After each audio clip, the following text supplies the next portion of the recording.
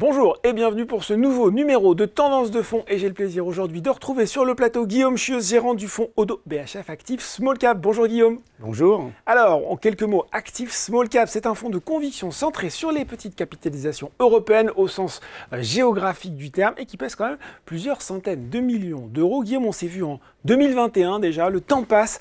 D'ailleurs, on va mettre la précédente vidéo en lien avec celle-ci et on détaillait ensemble à l'époque votre méthode d'investissement, votre quête passionnée de ces small caps de croissance et de small cap innovantes. 2021 d'ailleurs, ça avait été une année marquée par de nombreuses introductions. Un petit récap de ces dernières années en tant que gérant de ce fonds Active Small Cap. Alors, je vais revenir trois ans en arrière. 2021, ça a été la fin de la bulle un petit peu des small caps, avec une surperformance sur les larges ultra caps que vous évoquez. Sur notre fonds, on a une approche où on va avoir grosso modo 2 tiers sur les small caps et 1 tiers sur ce qu'on appelle les valeurs prometteuses, en anglais les rising stars, donc plus les micro caps inférieurs à 1 milliard. Et sur cette partie, on va le voir après sur quelques exemples, il y a une vraie désaffection et un assèchement de la liquidité dont on a souffert. A contrario, sur la partie small caps, on a eu un bon effet sélection. Au total, avec une année 2021 bonne et 22-23 plus difficile, on a réussi à se distinguer et garder nos 4 étoiles Morningstar, ce qui est le plus important. Oui, c'est ça. Donc effectivement, on l'a vu, un environnement qui était plus compliqué. On l'a vu pour les valeurs moyennes. Alors on le sait, votre approche, Guillaume, c'est aller dénicher la croissance, mais à un prix raisonnable. Et est-ce que c'est le cas dans le marché actuel? Vous arrivez encore à faire votre marché? Alors, honnêtement, la contre-performance des small caps a créé beaucoup d'opportunités. Si on revient à 2022, le point de départ, grosso modo, les small caps sont sous-performés de l'ordre de 20% les grandes valeurs. L'écart est plus important que lors de la crise financière de 2008. Donc, cette classe d'actifs, en fait, en termes de valorisation, elle anticipe une récession. Je dirais l'alignement des planètes a été complètement défavorable. Hausse des taux, inflation, foudroyant, et ça a entraîné en fait des investisseurs qui sortent des actifs risqués. Et là, le marché a désigné les small caps comme et a sanctionné les small caps sur le marché. Pourquoi? Parce que premièrement, le marché a le sentiment qu'elles sont un petit peu surendettées, donc sensibles à la hausse des taux. Et deuxièmement, elles sont un petit peu plus cycliques, donc aussi plus exposées, effectivement. Et au total, actuellement, on peut dire que les small caps se payent en termes de multiples 10% inférieurs aux grandes valeurs. Et ça, c'est intéressant parce que historiquement, la prime est de 25% des small caps contre les large caps. Donc ça vous laisse entrevoir un petit peu le potentiel de rebond. D'autant plus qu'aujourd'hui, même si clairement elles ont été touchées lors des deux dernières années par le contexte, l'attentisme, etc., les fondamentaux sont intacts.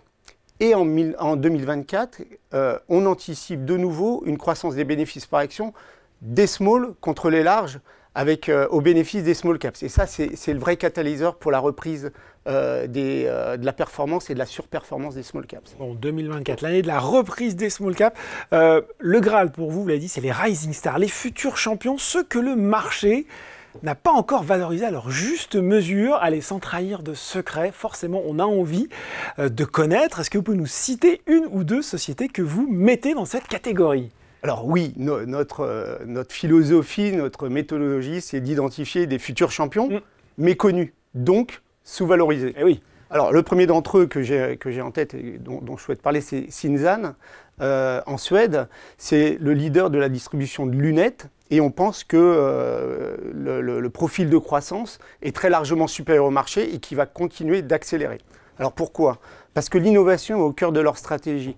Synzan, par exemple, ils ont une offre révolutionnaire d'abonnement aux lunettes, ce qui permet d'éviter aux clients, dans un marché où c'est quand même difficile, les lunettes sont plus chères, moins remboursées dans les pays nordiques, et clairement, ça fait la différence. Le deuxième point, c'est que c'est un commerçant habile. Ils savent écouter le marché et anticiper les goûts du client. Ils ont lancé, par exemple, une gamme de lunettes de loisirs et de sport qui est très innovante, très design, qui est fait en interne, donc ils ont un logo, ils peuvent afficher en fait un Made in Sweden, et à la fin, c'est très vendeur. Et je dirais cerise sur le gâteau, Essilor est au capital. Et ça, c'est très intéressant parce que clairement, ça donne un côté spéculatif à la valeur. Le deuxième exemple, là, on va descendre un petit peu en Suisse, Acceleron. Alors là, c'est vraiment un champion méconnu parce qu'en fait, elle a été introduite il y a 3 ans. Donc, c'est la filiale du conglomérat ABB qui a été mis en bourse. Là, on a un champion, un joueur pur qui est spécialisé dans les turbos et les compresseurs. Ça permet de, à la fois, réduire la consommation d'énergie et les particules, les émissions. Et ce qui est très intéressant et pourquoi c'est un champion qui est méconnu et qui est surtout sous-valorisé, c'est que le marché n'a pas bien compris que les clients essayent d'allonger la durée de vie des moteurs en utilisant les services, la maintenance et la réparation proposés par Acceleron, ce qui est très lucratif en termes de marge et à notre sens, qui est encore sous-estimé par la bourse. Alors, on a vu un champion suédois, un champion suisse, et justement, si on parle du premier, on avait parlé la dernière fois de votre attrait pour les sociétés nordiques et les sociétés que, finalement, que l'économie voit éclore et grandir. Est-ce que c'est toujours le cas aujourd'hui? J'ai l'impression que oui. Absolument, d'autant plus qu'il y avait une forte surperformance de cette zone nordique par rapport aux pays du continent, on va dire, avant l'éclatement de la bulle des small caps. Donc la désaffection sur le marché, elle s'est traduite par une moins bonne performance des pays nordiques, notamment la Suède, et en fait ça a créé beaucoup d'opportunités boursières. Faut savoir que, comme vous l'avez évoqué, il y a eu 300 introductions en bourse en 2021, une vraie bulle financière. On avait détecté un certain nombre d'opportunités, de très belles valeurs, ce qu'on appelle de la croissance de qualité. Mais pour nous, à cette époque, elle ne remplissait pas nos exigences en matière de valorisation. Et avec la désaffection du marché, la baisse des cours, on a trouvé des points d'entrée en termes de valorisation qui correspondent à nos critères et à notre approche. Je citerai notamment Vimian, qui est une société suédoise, globale, fortement implantée aux États-Unis. Nous, on estime qu'elle offre aujourd'hui un potentiel de croissance significatif de l'ordre de 25% de croissance des bénéfices par action, avec une valorisation attractive. Et notamment sur le fait qu'elle s'assoit sur des services pour les vétérinaires, avec une nouvelle offre qui est différenciante sur les prothèses pour les animaux domestiques. Bon, c'est aussi l'intérêt d'ailleurs de ce fonds, parce que c'est vrai qu'aller en direct quand on est investisseur individuel sur les marchés danois, suédois, finlandais, norvégiens, c'est pas simple. Non, c'est pas simple et c'est tout l'intérêt de rentrer dans des fonds de stock picking pour avoir accès. On se boulot à votre place. Qui vont utiliser une approche qui va sur le terrain détecter les futurs champions. Alors, ce qui est aussi intéressant, c'est que ça donne accès aussi sur les pays nordiques à des économies qui sont entre guillemets plus cycliques. Je pense notamment à la Suède, qui est exposée qu'à un contexte avec des taux variables. Et aujourd'hui, le cycle de taux à la baisse favorise clairement une reprise de la consommation et les entreprises, ce qui donne un levier encore supplémentaire. Alors, juste pour finir sur les vertus d'investir dans les pays nordiques, on a tous en tête les vertus du système éducatif. On a peut-être moins en tête que c'est des pays où il y a une forte culture entrepreneuriale et capitaliste. Voilà. Et ça, c'est des pays qui ont une population entre 5 et 10 millions, à peu près. Et très rapidement, les petites entreprises de croissance doivent se confronter à un concurrent extérieur. Et ça les rend plus agiles, plus véloces, et à la fin, ça fait la différence aussi. Bon, vous l'avez dit, on l'a évoqué plus tôt, même si votre stratégie, elle se veut décorréler des cycles économiques, on a l'impression que le timing, en ce moment, il est pas mal pour les petites et moyennes valeurs. Est-ce qu'il y a, à votre avis, vous en avez évoqué un, là, des leviers qui vont continuer à alimenter ce mouvement porteur? Alors, absolument, parce que en plus, on est début juin, et là, on a vu le rebond des small caps en mai. Avec des éléments encourageants, je pense à des souscriptions dans les fonds, et aussi à des statistiques de volume qui montrent qu'il y a de l'appétit de la part des investisseurs. Le deuxième élément, c'est les PMI. Clairement, les indices des directeurs d'achat. Voilà. Vous exprimez clairement aux gens qui nous regardent. Absolument. Et aujourd'hui, on tangente vers 50, et ça, c'est clairement un facteur de soutien et d'investissement dans les small caps. Et le troisième, c'est le M&A, les fusions-acquisitions. Oui. L'année dernière, il y a eu quelques opérations de fusion-acquisition. Elles étaient concentrées sur les small caps. Des fonds de private equity qui sont exigeants sur le retour sur investissement, en plus avec un niveau de taux de financement qui est plus élevé, nous indiquaient qu'avec des primes de 30%, ils allaient créer de la valeur pour leurs actionnaires. Ça se poursuit, ça s'accélère cette année. Et il y a aussi les industriels.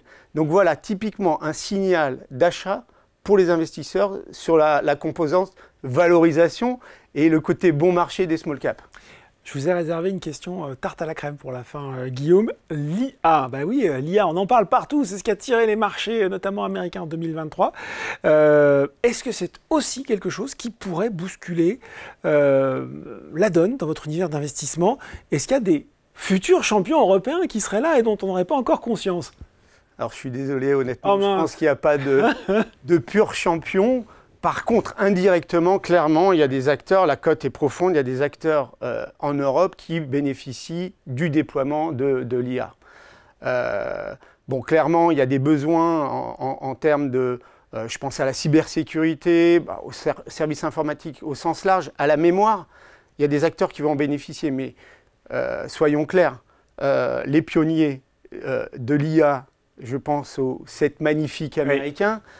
Quand je regarde le niveau de CAPEX investi, l'accélération de la R&D, je crois qu'ils seront encore là demain et ils vont capter l'essentiel du marché. Mais encore une fois, peut-être un levier de croissance quand même, l'IA, pour les valeurs que vous suivez. Alors absolument, comme la cote est profonde, 2500 valeurs, je pense il y a un certain nombre d'acteurs qui en bénéficient. Je donnerai comme exemple l'allemand ZÜS Microtech, qui est clairement bien positionné dans la fabrication de ce qu'on appelle une partie des outils pour la fabrication des puces de superpuissance.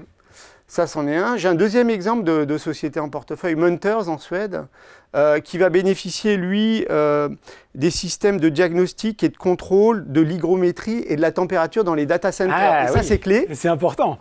Et puis, je finirai par un troisième, eDreams, le comparateur de vol, qui, lui, va réduire sa structure de coût. C'est une boîte digitale avec une plateforme IT qui va servir les besoins du client et les recherches. Et là, l'IA, au contraire, ça ne va pas tirer la croissance des revenus, ça va permettre de réduire les coûts. Donc, c'est très intéressant. Voilà.